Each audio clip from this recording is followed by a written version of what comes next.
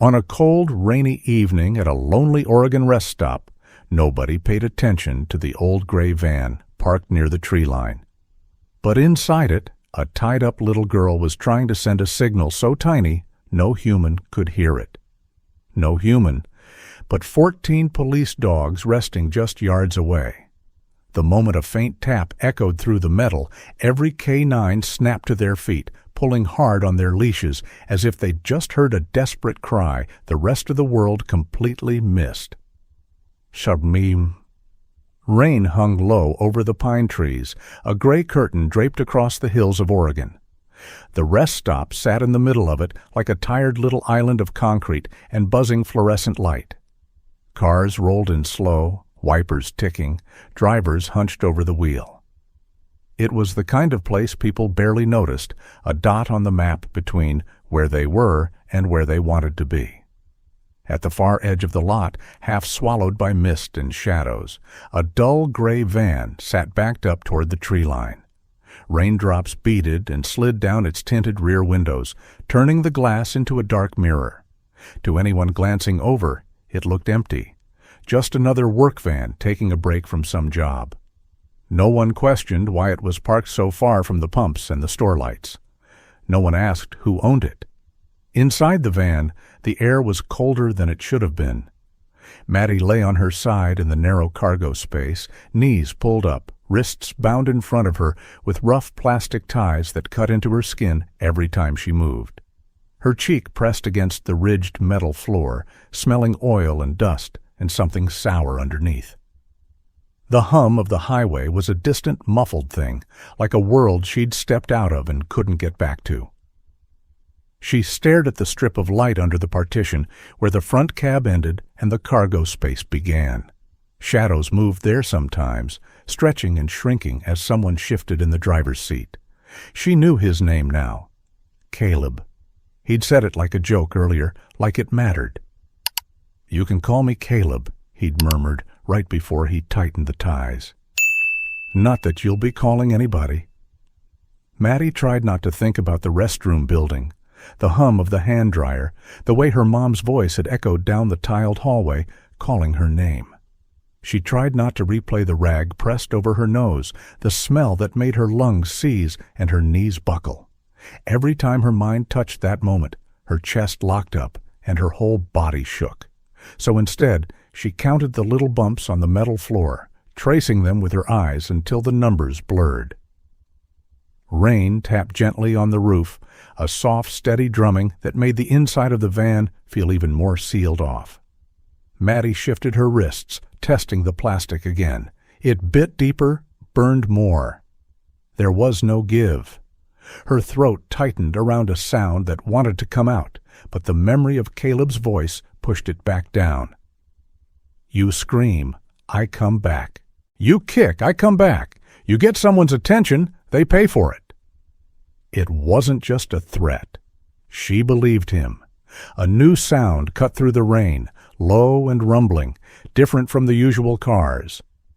Out on the highway, a big RV lumbered up the off-ramp, brakes sighing as it turned into the lot. The headlights swept across the gray van for a split second, making the raindrops flash white, then continued on toward the brighter spaces near the store. The RV engine coughed once before it shut off, leaving the rest stop wrapped in that familiar, uneasy quiet again. The door of the RV opened with a stiff creak. An older man stepped out first, shoulders broad but a little stooped, beard white around a weathered face. Frank paused on the step to look around, taking in the mist, the almost empty lot, the way the lights from the convenience store bled weakly into the rain. Behind him, a dog hopped down from the interior, joints stiff but deliberate.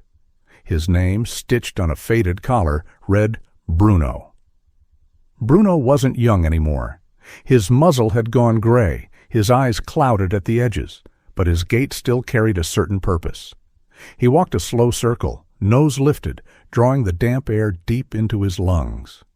To most people, the rest stop smelled like gas, stale coffee, wet pavement. To him, it was layers. Old rubber, spilled soda, the sharp tang of cleaner, the heavy musk of tired humans passing through. And under all of that, something thinner, more fragile. Fear dried into fabric. Frank rubbed the dog's neck out of habit, his fingers finding the familiar ridges of old muscles. "Easy, partner," he murmured. He wasn't wearing a uniform anymore, not for years, but the cadence of his voice still sounded like commands, even when he was just talking. Bruno's ears flicked once, then settled halfway back, relaxed but not asleep.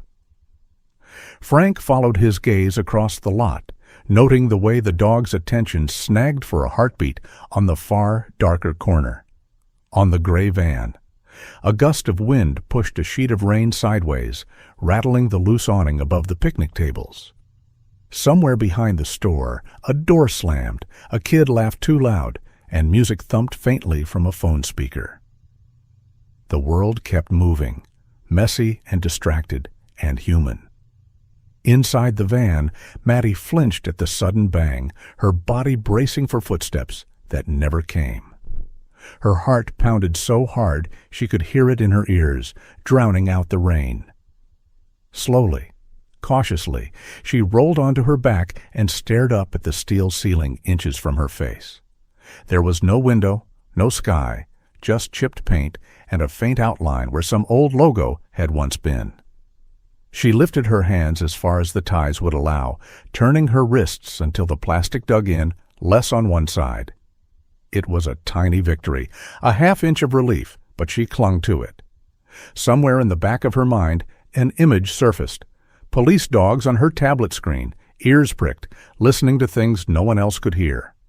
On the other side of the lot, Bruno shook rain from his coat and settled beside the RV, paws tucked under him, eyes half closed. To anyone watching, he looked like an old dog taking a break, finally off duty. But his nose never stopped working, and every now and then his gaze drifted back to that quiet row of parking spaces near the trees. The storm hadn't fully arrived yet. The air felt thick, like it was waiting for something.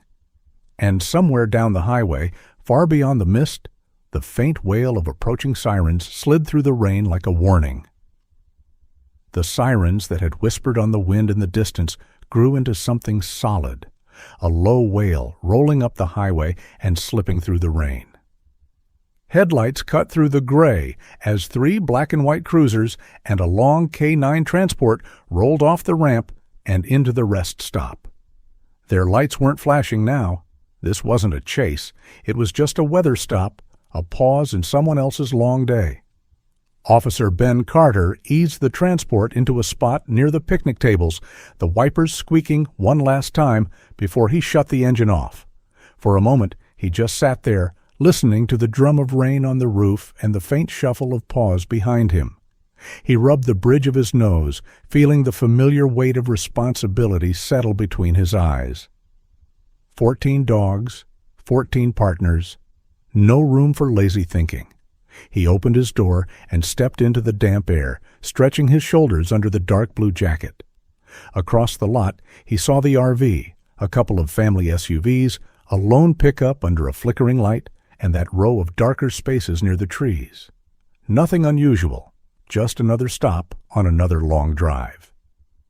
Behind him, a pair of headlights swept the lot as Officer Mia Lopez and Officer Drew Harris parked their units nearby. Ben walked along the side of the transport, running a hand along the metal as he went.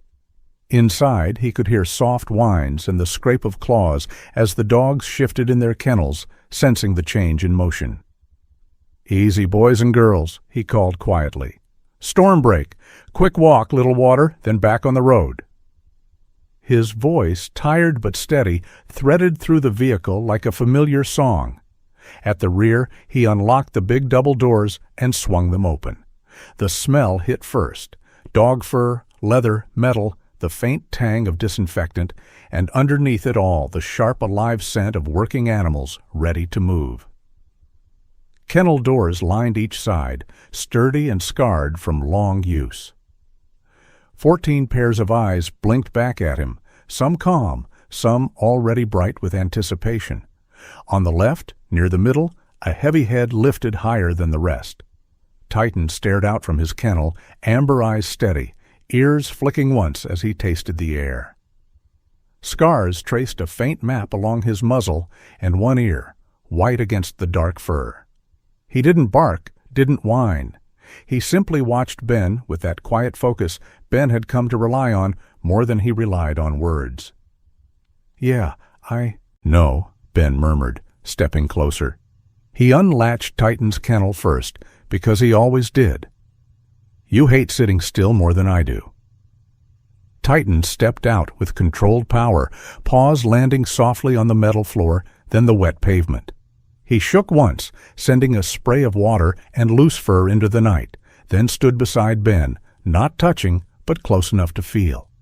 Mia moved down the line, releasing 2 younger shepherds, tails wagging, eager noses already sweeping the ground.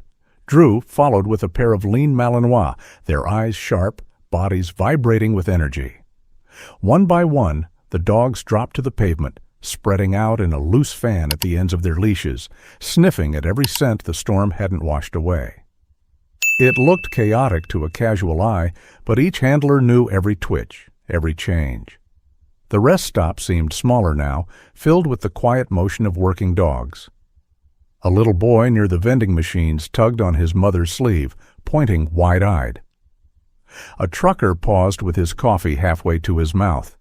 Even the manager behind the convenience store window, Janet, looked up from her paperwork to watch the cluster of uniforms and dogs moving in the rain. For a moment, the place felt less forgotten, more like a stage waiting for something. Titan's nose tilted into the wind. Rain flattened his fur along his back, but he didn't seem to feel it. He took in the wet asphalt, the gasoline, the old grease from the truck parking, the leftover fast food someone had dumped near a trash can. His gaze drifted, slow, methodical, over the lot. His ears twitched once as a distant engine downshifted on the highway, then settled again. Nothing urgent. Not yet. Still, something in the air sat crooked on his instincts. Near the tree line, the gray van sat quiet, beads of water sliding down its dark glass. Titan's eyes passed over it, then came back, just for a heartbeat longer than any other vehicle. Ben followed his gaze, squinting at the shape in the rain. No company logo. No plates he could see from that angle. Just another tired work van parked away from the lights. He filed it away without meaning to, the way cops always did. Inside the van, Maddie pressed her cheek against the cool metal wall and listened. The sound outside had changed. The rain was still there, but now there were new noises wrapped around it. Doors closing in a row, men and women calling short, clipped words, and under that, something that made her chest tighten. A chorus of low barks and snorts she recognized from countless videos watched before bed. Police dogs. The idea slid through her fear like a thin thread of light. She shifted, ignoring the fresh sting in her wrists as the plastic cut deeper. Through the narrow seam where the partition didn't quite meet the frame, she saw it, just a sliver of the lot, washed in yellow light and rain. Dark shapes moved. One stepped into the right angle of view, big and solid, ears up, nose working the air. A German shepherd. Then another behind him, and another. Her heart kicked hard once, then again, not in panic this time, but in something close to hope. The rain eased for a few minutes, softening from a steady pour to a mist that hung in the air like breath. Lights from the store spread farther across the wet pavement, turning puddles into sheets of yellow glass. People relaxed a little, zipping their jackets halfway instead of all the way, moving slower between cars and building, thinking the worst of the storm had passed. Inside the gray van, nothing felt softer. Maddie lay still, listening to those new sounds outside. Short whistles, low commands, the clink of metal clips. The barks weren't wild. They were controlled, answered by calm human voices. The kind she'd heard through earbuds 100 times, watching handlers praise their dogs on her mom's old tablet. Her throat burned as she swallowed down the urge to shout. Her hands were numb now, fingers prickling where the plastic ties dug in, but that numbness gave her a sliver of freedom. She shifted her wrists, felt the rough edge scrape along the floor. Something small and hard pressed into the side of her palm. The beaded bracelet her cousin had given her for her birthday, still clinging to one hand by sheer stubbornness. She turned it, and it slipped, hanging on one finger. A little movement, just a flick. That was all it took. The bracelet slipped off and bounced once on the ridged floor before rolling toward the back of the van. Maddie watched, hardly breathing, as it found the narrow gap beneath the rear doors.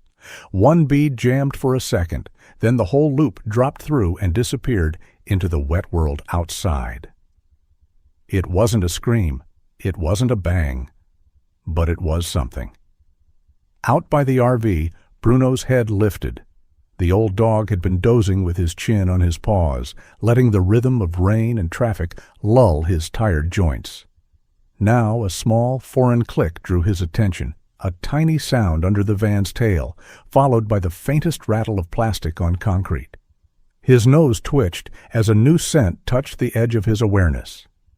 Kids' lotion, cheap candy, the salt of dried tears. He stood slowly, bones protesting, and took 3 measured steps forward. The bracelet sat half in a shallow puddle, beads gleaming dull under the parking lot light. Bruno sniffed it, nostrils flaring wide. Behind the sweet, artificial smell of plastic and fruit, something else clung to it, thin and raw. Fear. Not old fear baked into fabric, but fresh, still warm in the air. Across the lot, Titan paced a slow half-circle on the end of his leash, eyes moving from car to truck to RV and back again. Each breath pulled in 100 tiny stories. Fast food, coffee, rain-soaked clothes, cigarette smoke clinging to a driver's sleeve. Ben felt the dog's chest expand under his hand and gave the leash a small, reassuring tug. "Just a stretch, partner," he said. "Nothing big today." Titan's ears flicked, but his focus didn't turn. Near the picnic tables, a cluster of teenagers had taken shelter under the awning, hoodies up, phones out. One of them, a tall kid in a faded band tee, pointed his camera at the line of K9s. "Dude, this is perfect," he said. 14 police dogs in the rain? That's instant views. He zoomed in on Titan, catching the moment the shepherd's head swiveled toward the far edge of the lot as if something out there had just whispered his name. Janet, the manager, leaned against the counter inside the store, watching through the glass. K9 units meant paperwork if something went wrong, and she did not have the patience for a lawsuit tonight. Her eyes followed the teenagers, then the dogs, then slid past them toward the darker spaces by the trees. She saw nothing but parked metal and wet asphalt. She decided the situation was under control and went back to her receipts. Bruno didn't care about receipts. He picked up one paw and placed it gently beside the bracelet, the old joints trembling a little under his weight. His eyes drifted from the beads to the van looming above them, rain dripping steadily from its bumper. The smell was stronger now that he was closer. Sweat that didn't belong to a mechanic, shampoo not meant for grown men, a streak of stale fear pressed into the rubber mat inside. His tail lowered, not tucked, just heavy. Titan felt it before he saw it. A small change, like a thread tautening somewhere behind him. The air shifted direction, carrying the mix of scents Bruno had already sorted. Titan's muscle memory lit up. His head snapped toward the same corner of the lot, eyes narrowing. His body didn't lunge, not yet. But every line from his shoulders to his tail sharpened as his mind clicked through possibilities. Threat, victim, both. Ben noticed the change before he understood it. One moment Titan was simply working the wind. The next, the leash in his hand hummed with new tension. "What is it, boy?" he asked softly, following the dog's gaze. All he saw was the old RV, the gray van beyond it, and trees fading into mist. No movement, no raised voices, no reason on paper to tighten his grip. Still, his fingers did. Out of habit, out of trust. Across the way, Frank watched Bruno's posture shift, the way his old partner's weight settled more on his front paws, not in pain this time, but in readiness. He stepped off the RV's little fold-out step, rain dampening his cap. "You smell something, buddy?" he murmured. The question was quiet, rhetorical. Bruno didn't look back. His gaze stayed glued to the space beneath the van, to the spot where that bracelet had fallen like a dropped flare. The rest stop hummed on around them, unaware. A car door slammed, a baby cried and was quickly soothed. Someone cursed at a vending machine that ate their dollar.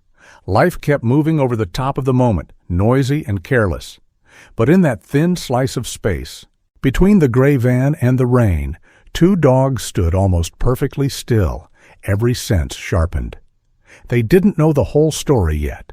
They just knew one thing: something here did not belong. The rain settled into a soft curtain again, more mist than storm now, wrapping the rest stop in a low gray hush. Titan stood beside Ben, chest rising slow and even, eyes never fully at rest.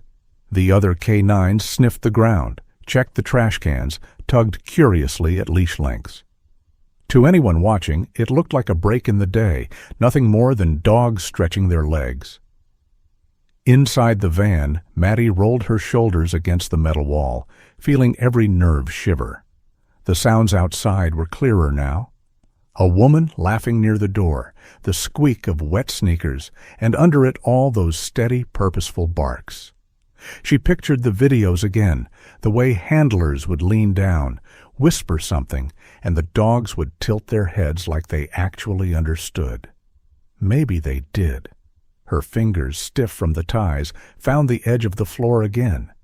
She remembered one clip where an officer talked about silent signals, about how dogs picked up rhythms and patterns people missed. Maddie took a breath so shallow it barely moved her ribs.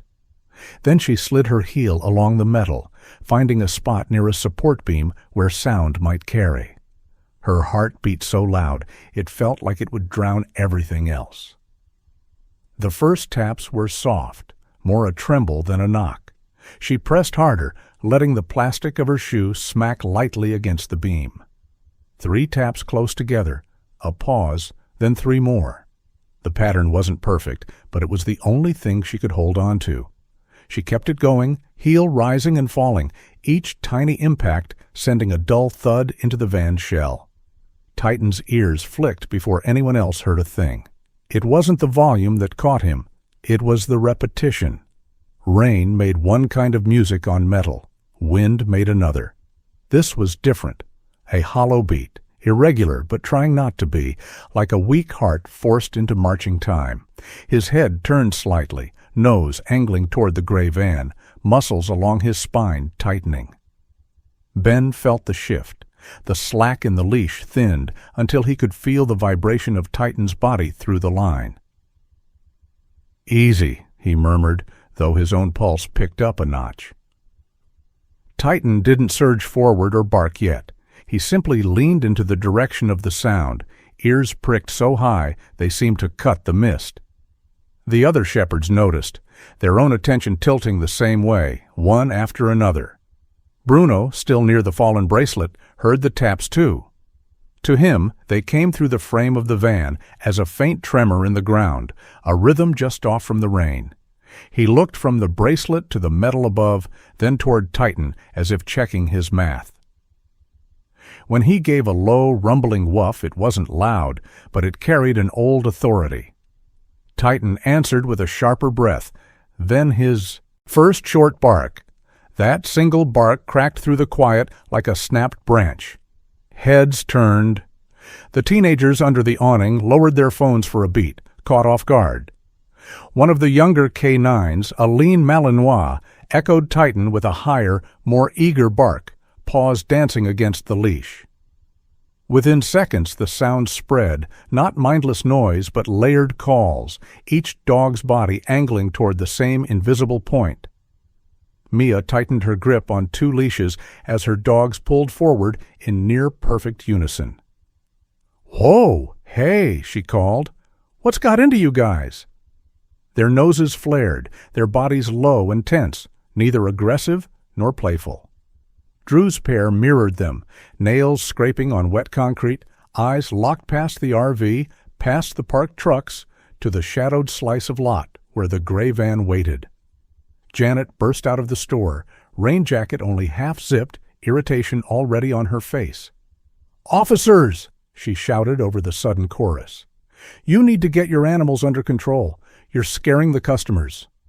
A mother clutched her toddler closer, misreading the posture of the K9s as attack instead of alarm. A trucker stepped back, muttering about cops and their crazy dogs. The tension twisted in all the wrong directions. Ben didn't look at Janet right away. His eyes stayed on Titan, on the way the dog's tail had gone still, the way his lips weren't pulled back, but his jaw was set. This wasn't a dog losing it. This was a dog deciding. "They're picking up something," he said, more to himself than anyone else. The leash hummed again as Titan let out another bark, lower this time, followed by a deep, vibrating growl that seemed aimed straight through the RV. Frank stepped around the front of his RV, rain dotting the brim of his cap. His gaze moved from Bruno's rigid stance to Titan's locked focus and back again. He'd seen that posture before, in hot, dusty places a world away from this wet little stop. "Ma'am," he called to Janet, voice rough but steady. "Those dogs aren't the problem. If they're acting like that, something else is." He laid a hand on Bruno's back, feeling the old dog's muscles buzzing under his palm. For a moment, everything hung balanced on that thin edge. The humans argued with their words and their worry about appearances. The K9s argued with their bodies, pointing over and over at the same silent van. Inside it, Maddie kept tapping, unaware that her small, stubborn rhythm had already lit a fuse. Titan shifted his weight forward another inch, choosing instinct over comfort. Somewhere deep in his chest, one clear thought burned. There was someone in that quiet, and they needed him to hear. The rain thickened again, not in anger, but with that steady, soaking patience Oregon storms were known for. Titan stood at the edge of it, ears pinned forward, body a drawn line between what humans thought they knew and what his instincts were screaming. The other dogs had fallen into a rough arc beside him, a wall of fur and focused eyes, all aimed at the same gray van. Ben's fingers tightened around the leash until his knuckles ached. He could feel Titan trembling, not with fear, but with held-back motion. Behind him, he heard Janet still complaining, heard a mother shushing her child, heard Drew mutter about paperwork. None of that matched what he saw in front of him. "Ben," Mia said quietly, "they're not letting this go." Her two shepherds leaned into their lines, noses flaring toward the van. For a heartbeat, he saw two paths in his mind. One where he shrugged, dragged the dogs away, chalked it up to nerves and storm static, and another where he listened to the animals who'd never once lied to him. He exhaled hard, decision landing. "Lopez, Harris," he called, voice firm now, "keep your dogs on lead and move with us. We're checking that van." Janet threw up her hands, but he'd already started walking. Titan surged forward the second Ben gave him that first step, not dragging wildly, but pulling with clear purpose. Bruno moved at the same time, old legs lengthening into something close to his younger stride. Frank, without asking, fell in alongside them, one hand resting lightly on Bruno's back. To anyone watching, it looked like a strange little procession through the rain, cops, leashes, an old man, and a pack of dogs, zeroing in on a quiet piece of metal. Up close, the van didn't look any friendlier. Water ran in thin streams down the dark glass, blurring whatever might have been behind it. The back doors were closed, no windows there at all, just dull paint and a rust stain near one hinge. Titan pressed his nose to the seam between the doors, inhaling so deep his ribs expanded against his vest. The sound he made then wasn't a bark. It was a low, rumbling growl of recognition. Ben laid a hand on Titan's shoulders, feeling the bristle in the fur, the coiled strength waiting under his touch. He glanced at the plates, the lack of signage, the way the van sat angled slightly away from the main lights. "State Police," he called out, loud enough for anyone inside to hear. "If someone's in this vehicle, identify yourself." No answer. Just the patter of rain and the faint, frantic rhythm of Maddie's heel, slowing on the metal. Inside the cargo space, Maddie froze at the sound of a stranger's voice. It wasn't Caleb's. It carried more command, less slime. Her heel slipped, then stopped. Her chest heaved as she listened, heart trying to outrun itself. Somewhere just inches from her feet, a new sound answered, a deep, steady bark that shook the floor, followed by another and another, until the whole van seemed to pulse with it. Titan lifted his front paws, planting them on the back doors with a heavy thud, claws scraping softly as he tested the metal. The other K9s fanned out, forming a rough semicircle around the van's rear, bodies angled to block any unseen approach. Mia's shepherd gave a sharp, high bark, not at the van, but as a warning to the rest of the lot. Eyes over here. Danger over here. People stopped moving. Phones came up. The world narrowed around that rectangle of steel. Ben stepped to the side, motioning Mia closer. "Watch my flank," he said. To Janet, he added, "Ma'am, we have reason to believe someone might be in distress inside this vehicle." She opened her mouth to argue, then caught the look in his eyes and the sight of Bruno, who had edged close enough to rest his muzzle against the lower panel, breathing slow, listening. She shut her mouth again and nodded once, tight. He tried the handle. Locked. Not surprising. "Drew, get me a plate check and a call to dispatch," he said, voice clipped. "Lopez, keep your dogs back until I say otherwise." Titan didn't like that. He shuffled his paws, nails scraping, chest humming, with a growl he swallowed, only because Ben's hand stayed steady on his harness. Bruno shifted his weight, a small, impatient huff leaving his throat, like an old veteran watching rookies move too slow. When the dispatcher's answer crackled through Drew's radio, van registered, no outstanding warrants, no current bolo. Ben felt that old familiar friction between the file and the field. The paper said, "Fine." The dog said, "Not fine." He made his choice in under a second. "We're going in," he said. "Probable cause, strong K9 alert, and unknown occupant." He signaled to Titan, stepping aside just enough to let the dog put his full weight against the seam again. The decision landed in the air like a dropped stone. Titan pressed harder, paws scrabbling for purchase, lunging not to attack, but to reach. Ben pulled him back just a foot, then drove his shoulder against the door near the latch. It held once, twice, then gave with a metallic crack that cut through the rain like a gunshot.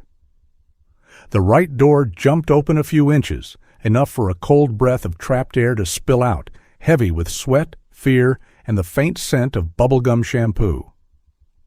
Everything moved at once after that. Titan launched himself into the gap, body twisting so he wouldn't land on whatever was inside. Mia was right behind him, one hand on her dog's leash, the other reaching for the door to swing it wider. From where he stood, Frank saw only a flash of pale skin, a pair of wide eyes, and Titan's massive frame curling protectively around something small and shaking in the dark. For the first time that night, the old man let out a breath he hadn't realized he was holding. Jauho. Titan landed in the dark of the cargo space without a sound, heavier than his own breath.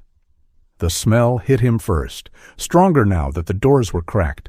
Fear, old tears, the sweet plastic of cheap beads, and the faint, sharp edge of zip ties. His body curved instinctively, not toward the threat, but around the small shape pressed into the far corner, making himself a wall between her and everything else. Maddie flinched when his paws thudded beside her, curling tighter on reflex. For a heartbeat, she thought Caleb had come back with something worse than a rag and a rope. Then she felt the warmth of thick fur brush her knees, heard a low, steady chuff instead of a human voice.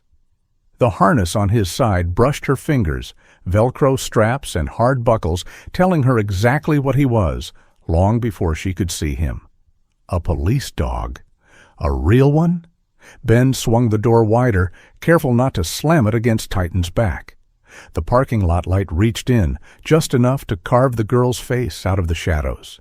Cheeks streaked with grime, eyes too wide and too dry, the plastic digging angry red grooves into her wrists.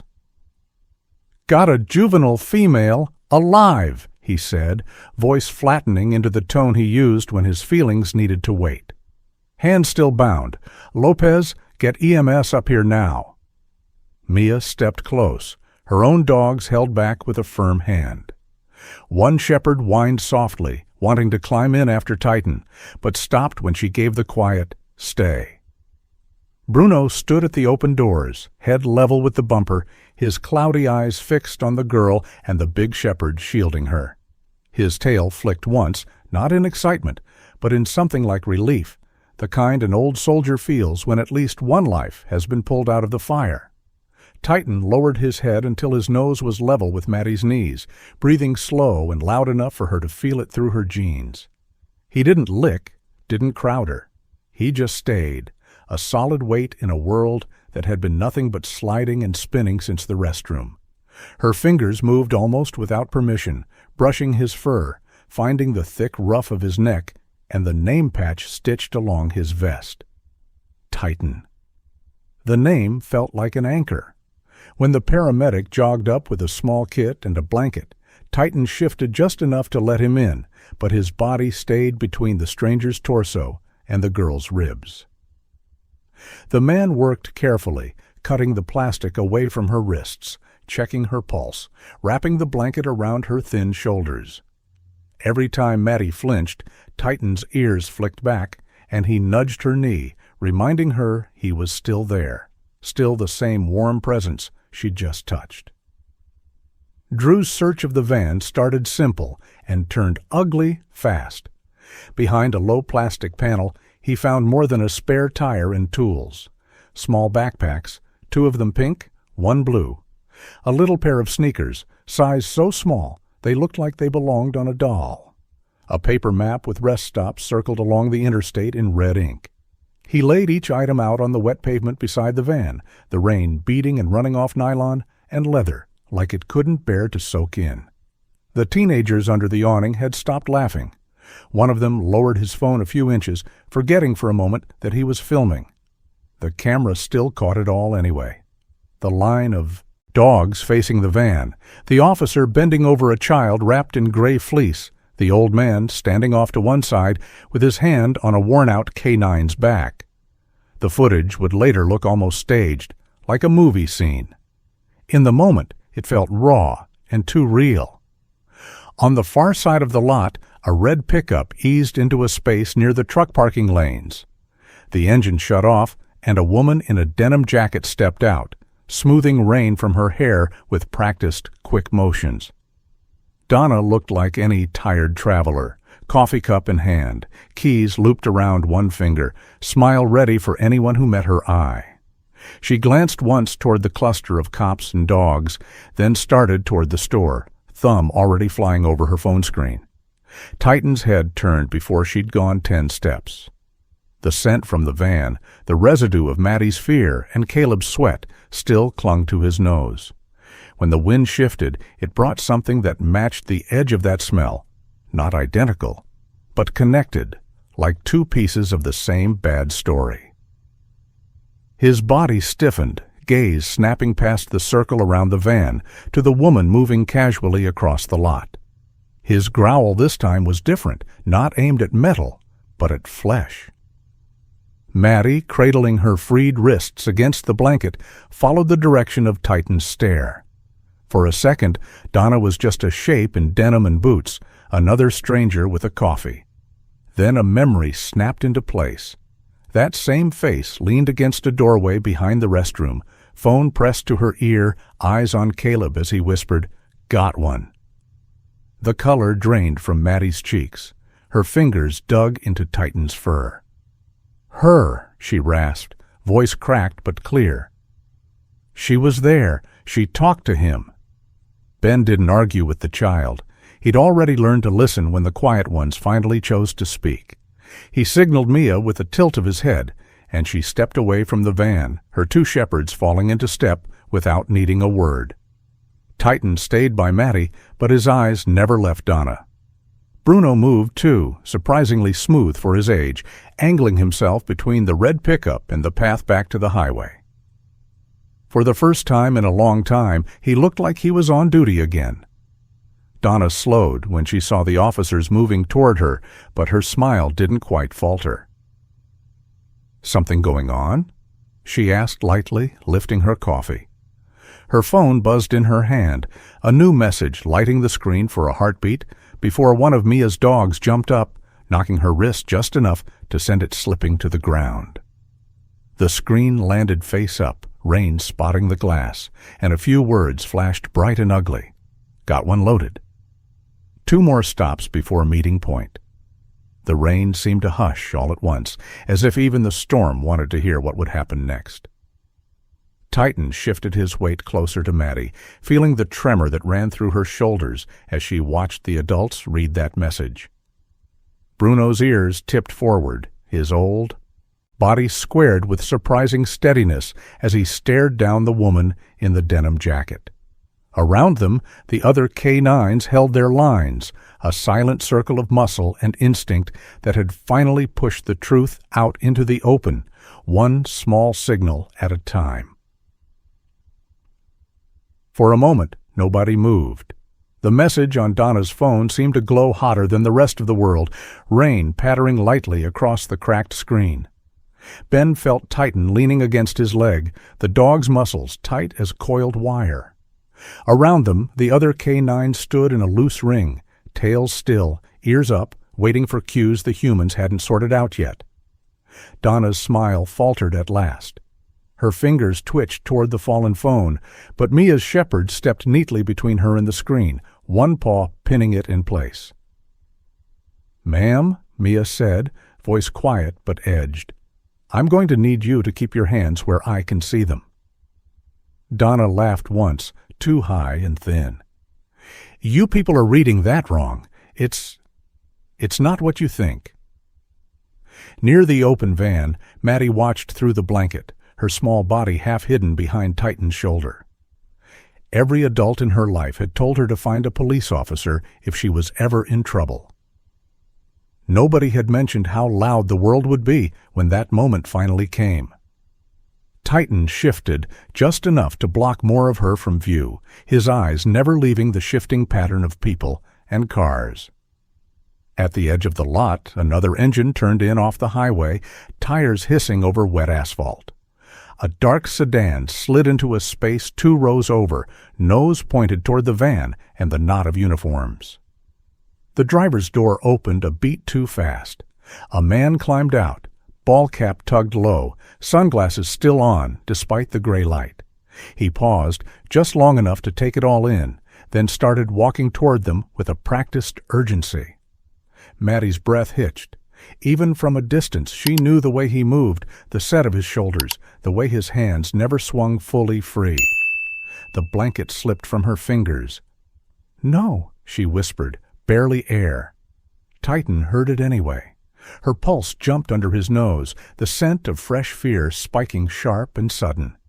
He followed her gaze and saw the man, saw the angle of his approach, and something inside him snapped from guard to fight. The man raised his voice before he reached them, playing to the audience he knew was there. "Thank God," he called, layering his words with shaky relief. "Officer, that's my niece. We've been looking everywhere. Her mom is losing her mind." Ben took a half-step forward, hand lifted, automatic politeness barely covering the fact that his other hand drifted toward his holster. "Sir, you need to slow down and stop right there." Caleb didn't stop. His eyes never quite settled on Ben. They kept darting past him, past Donna, landing again and again on the small bundle by the van doors. Titan stepped forward, planting one paw squarely on the bumper, body rising, higher between Matty and the approaching man. His growl rolled out, low and continuous, the kind of sound that made people step back before they even understood why. Several of the other canines answered with sharp staccato barks that cut the air. "Easy, easy," Drew called, tightening his grip on 2 leashes as his Malinois danced at the edge of control.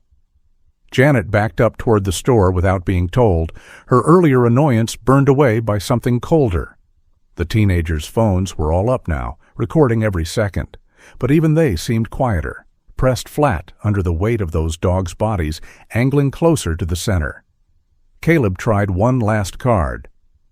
"Maddie!" he shouted, forcing a tremor into his voice. "Honey, tell them. Tell them I'm family. We have to go." The name hit her like a slap. Maddie shrank back, pressing herself into the van wall, fingers twisting deep into Titan's fur. "Don't!" she rasped. The single syllable tore something open.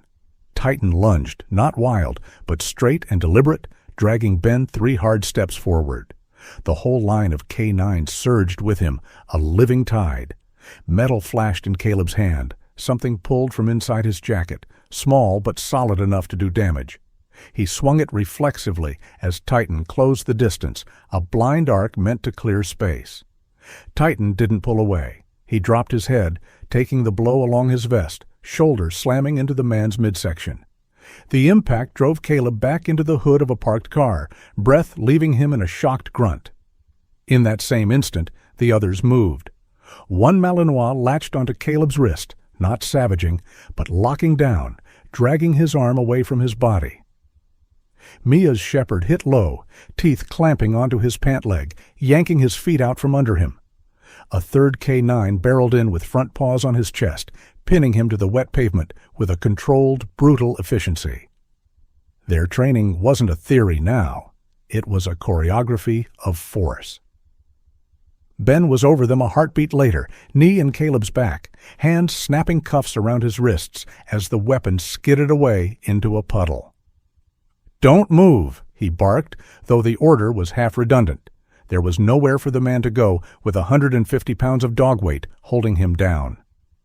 Caleb spat rain and curses.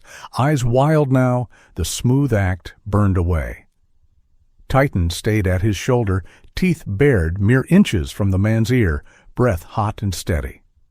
Donna tried to edge back toward her truck in the confusion, but Bruno cut her off with a low warning bark, planting himself in her path like a furry roadblock. His hips shook a little with the effort of standing that firm, but he did not step aside. Frank's hand rested lightly on his collar, more for balance than control. "I don't think you're going anywhere, ma'am," the old man said, voice flat as tired gravel. Slowly, the noise shifted. The frantic barks tapered off into watchful huffs. The ice shuffle of bodies turned into the click of cuffs, the rustle of radios, the crackle of voices calling in updates. Titan backed off just enough to give Ben room, but his gaze never left Caleb's face. Every time the man tensed as if to twist away, Titan's lips lifted just enough to remind him what would happen if he tried. The message was simple. Move wrong, and the teeth come back. By the van, Maddie slid down until she was sitting on the bumper, blanket bunched around her like a shield. Her hands still shook, but her breathing had started to even out, each inhale anchored by the sight in front of her. Not a nightmare returning, but 14 police dogs standing between her and the worst of it. Titan turned once to look at her, just a brief check, rain dripping from his muzzle. She reached out and touched his neck, fingers closing on wet fur, and for the first time since the restroom door had opened, she felt something like safe. By the time the last set of cuffs clicked shut, the rain had thinned to a light drizzle, more memory than storm. Patrol cars idled with their lights steady, but no longer screaming. Donna sat in the back of one unit, Caleb in another, both doors shut tight. Around the gray van, the chaos had settled into something quieter. Reports being taken, evidence bagged, the wet smell of asphalt and adrenaline fading. The dogs felt it first, that slow unwinding after the fight. The sharp edge bled out of their muscles, leaving a different kind of tired behind. Ben walked Titan in a small circle, letting his legs move, letting his breathing fall back into its usual rhythm. Bruno lay beside the RV again, chest lifting deep and deliberate, but his eyes were still locked on the space where the van had been opened, as if part of him refused to look away yet. Maddie sat on the ambulance bumper, blanket wrapped around her shoulders like an extra skin. A paramedic checked her vitals, murmuring the kind of soft reassurances adults save for kids and the very old. Titan stood close enough that his flank brushed her shin every time he took a breath. He watched the man's hands carefully, not suspicious, just measuring everything that came near her. To him, the incident wasn't over until she was far from here. On the pavement near the van, the small pile of items told a story no one wanted to read twice. Backpacks, the tiny sneakers, the map with its neat red circles. A state detective knelt beside them, snapping pictures, jaw clenched tight. Over the radio, a dispatcher relayed the first call to a task force out of Portland. Words like multiple locations, pattern, and possible ring cut through the static. The dogs didn't understand the language, but they understood the shift in tone. This was bigger than one rainy stop. Maddie watched from under the edge of her blanket as the officers worked, piecing together the parts.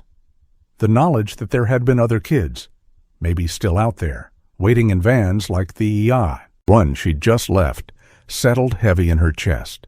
Her fingers tightened in Titan's fur. He sensed the change, the way her small hand went from clutching in fear to holding on in something like guilt. He moved closer, pressing more of his weight against her leg, as if to shoulder some of it himself.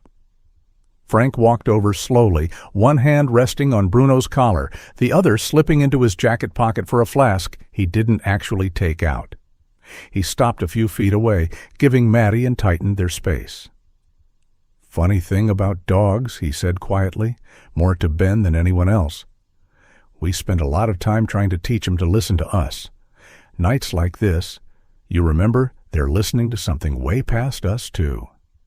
Later, when the rest stop was just a memory in the rearview mirror, the world shifted to fluorescent light and polished tile.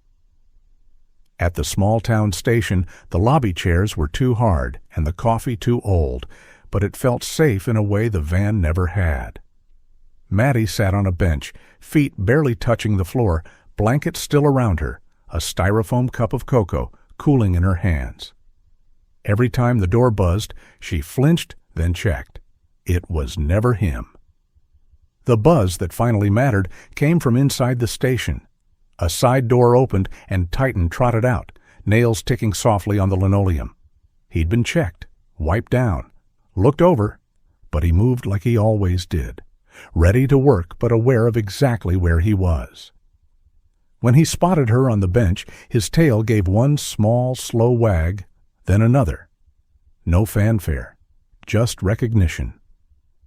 Maddie slid off the seat before her brain caught up with her body. The cocoa sloshed in the cup, forgotten. She crossed the few steps between them and dropped to her knees, arms going around his neck. Titan took the impact without flinching, lowering his head so she didn't have to reach so far. Her face pressed into his damp fur, and for a moment the station, the officers, the cases didn't exist. There was just a little girl breathing against a dog who had heard what no one else did. When she finally eased back, her eyes were red but clearer. She dug into the blanket, then into the pocket of her borrowed sweatpants, pulling out a small piece of paper she'd folded and refolded so many times the creases looked permanent. "This is for him," she said, voice still rough but steadier than it had been at the rest stop. She held it out to Ben, but her eyes stayed on Titan. "Can you read it to him?" Ben took the note carefully, like it might break. He unfolded it with thick fingers, smoothing the wrinkles. The handwriting was shaky, letters too big and uneven in places, but readable. When he got to the last line, his throat tightened. He crouched down beside Titan so they were both at Maddie's eye level and read it aloud. "When no one saw me, the dogs did. Please tell them I waved. Titan blinked slowly, head tipping, as if the warmth in their voices was enough. In the doorway, Bruno watched, tail making a soft, unsteady thump against the floor. Maddie noticed him then, the gray muzzle, the way he stood just a little off-center. She reached one hand out, palm up.